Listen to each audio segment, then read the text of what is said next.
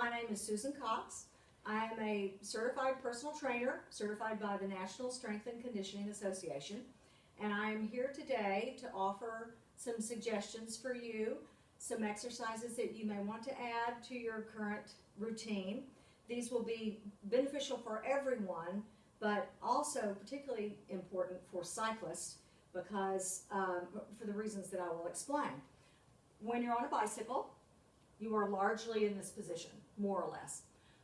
Some of you, I'm afraid, are probably often in this position, which is not a very healthy position for your back to be in. And these exercises and active stretches that I'm going to show you will help you stretch some of the muscles on the front of your body and strengthen the muscles on the front and the back of the body to help counteract that repeated flexion that you experience when you cycle and also when you do any sort of a seated job.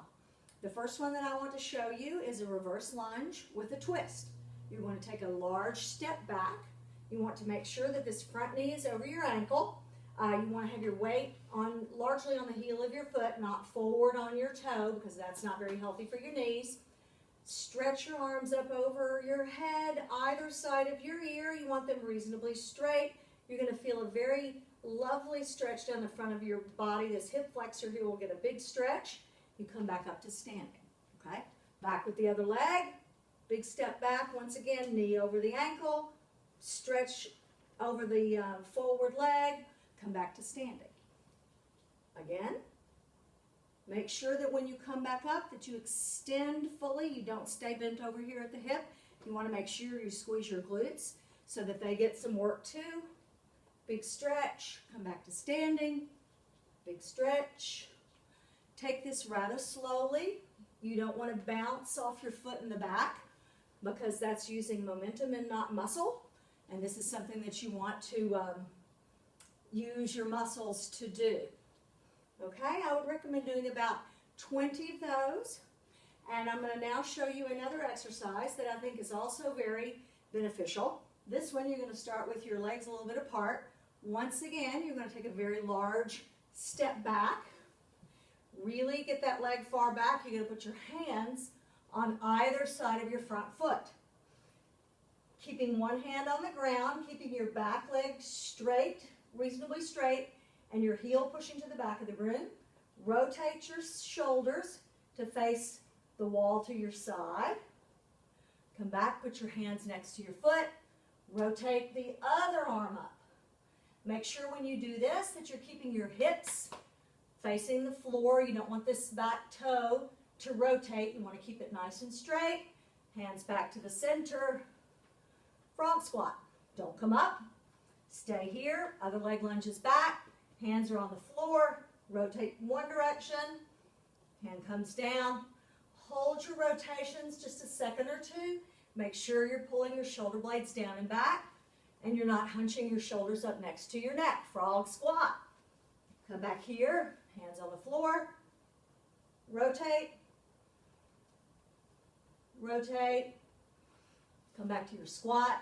I would recommend doing about 10 of those. Really good for the rotational movement that you don't get when you cycle. So this is a wonderful thing to add to your routine.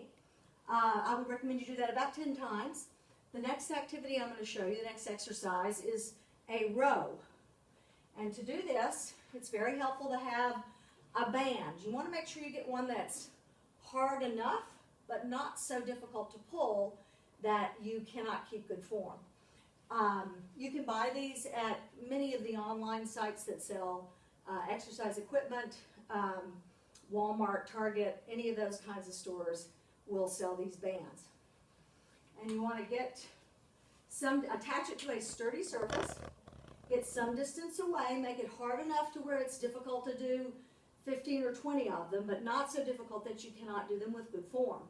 You're going to assume an athletic position, okay, a little bit of a bend in your knees, a little bend at the hip, make your stomach nice and hard, pull, shoulders go down and back, okay, pull and hold a moment, let it go back, pull your shoulder blades together, down and back, come back to extended, pull, So you want to make sure that you hold the pull just a moment or two to make sure that you're getting a lot of contraction in that upper back and making those upper back muscles nice and strong. Very important for good posture.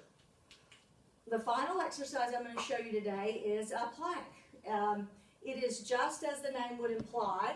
You want to hold your body in a position that's essentially like a board. You want a straight line from your shoulders to your hips, through your knees, to your toes, actually to your ankles. It's good to have a mat for this. If you don't, you can just use towels on the floor underneath your elbows to make the floor a little bit softer. You get down on your elbows and your toes. And the important thing here is to hold your body in a straight line. You want to have your shoulders in line with your hips, with your knees, and with your ankles. You don't want to let your body sink like this. You want to really tuck that tummy up underneath so that you're nice and strong through your middle. You don't want your bum to come up in the air because that's going to take the stress off of your abdominals, and that's not what you want. You want to work up to where you can hold this position for about